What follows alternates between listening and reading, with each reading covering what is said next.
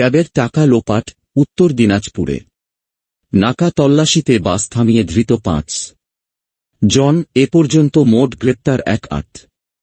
রবিবার ইসলামপুর থানা সামনে নাকা তল্লাশির সময়ে একটি সরকারি বাস থেকে নামিয়ে 4 সন্দেহভাজনকে আটক করে জিজ্ঞাসাবাদ শুরু করে পুলিশ। সেখান থেকে খোঁজ মেলে আরও 1 অভিযুক্তের। ট্যাবকাণ্ডে গ্রেপ্তার আরও 5। রবিবার উত্তর দিনাজপুরের ইসলামপুর থেকে ওই অভিযুক্তদের পাকড়াও করে পুলিশ। এদের প্রতারণা চক্রের অন্যতম অভিযুক্ত বলে মনে করা হচ্ছে। তরুণের স্বপ্ন প্রকল্পের টাকা অ্যাকাউন্ট থেকে গায়ের করার ঘটনায় এই নিয়ে মোট 1-8 জনকে গ্রেপ্তার করল পুলিশ। রবিবার দুপুরে ইসলামপুর থানার সামনে নাকা তল্লাশি করছিল দক্ষিণ দিনাজপুর এবং পূর্ব মেদিনীপুর জেলা পুলিশের একটি যৌথ দল। গোপন সূত্রে পাওয়া খবরের ভিত্তিতে চলছিল অভিযুক্তদের খোঁজ। একটি সরকারি বাসে তল্লাশি চালানোর সময় ওই 4 জনকে ধরা হয়। তাঁদের জিজ্ঞাসাবাদ করে ট্যাবকাণ্ডে জড়িত আরও 1 জনের খোঁজ পায় পুলিশ। ওই অভিযুক্ত পেশায় মুহুরি।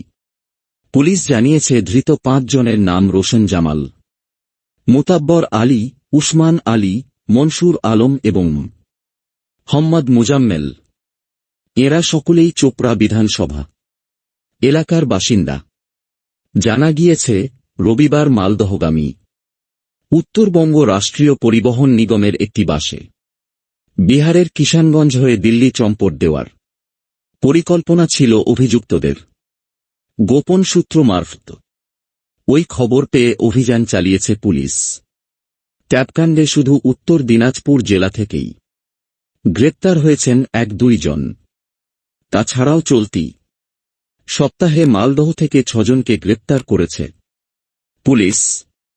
প্রাথমিক তদন্তের পর পুলিশের অনুমান রবিবার যে 5 জনকে পাকড়াও করা হয়েছে এরাই ট্যাবকাণ্ডের মূলে রয়েছেন। আর পুরো জালিয়াতির কাজটাই হয়েছে ওই উত্তর দিনাজপুরের চোপড়া থেকে। উল্লেখ্য, সংখ্যালঘু স্কলারশিপের টাকা জালিয়াতিতেও নাম উঠেছিল চোপড়ার।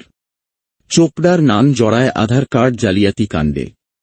সংখ্যালঘু স্কলারশিপের টাকা অন্য অ্যাকাউন্টে তুলে নেওয়ার ক্ষেত্রেও উল্লেখযোগ্য জায়গা চোপড়া।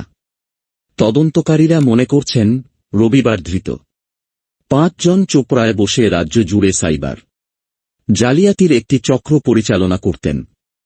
সরকারি পোর্টাল হ্যাক করে পড়ুয়াদের অ্যাকাউন্ট নম্বর বদলে দেওয়ার এরাই অন্যতম কাণ্ডারি। এখনও পর্যন্ত ট্যাবকাণ্ডে এ রাজ্যের 5টি জেলার নাম জড়িয়েছে।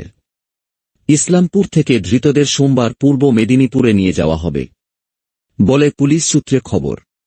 অনুমান করা হচ্ছে সেখানকার কোনো স্কুলের পড়ুয়াদের ট্যাবের টাকা সরিয়ে ফেলার তদন্তের স্বার্থেই ওই পদক্ষেপ।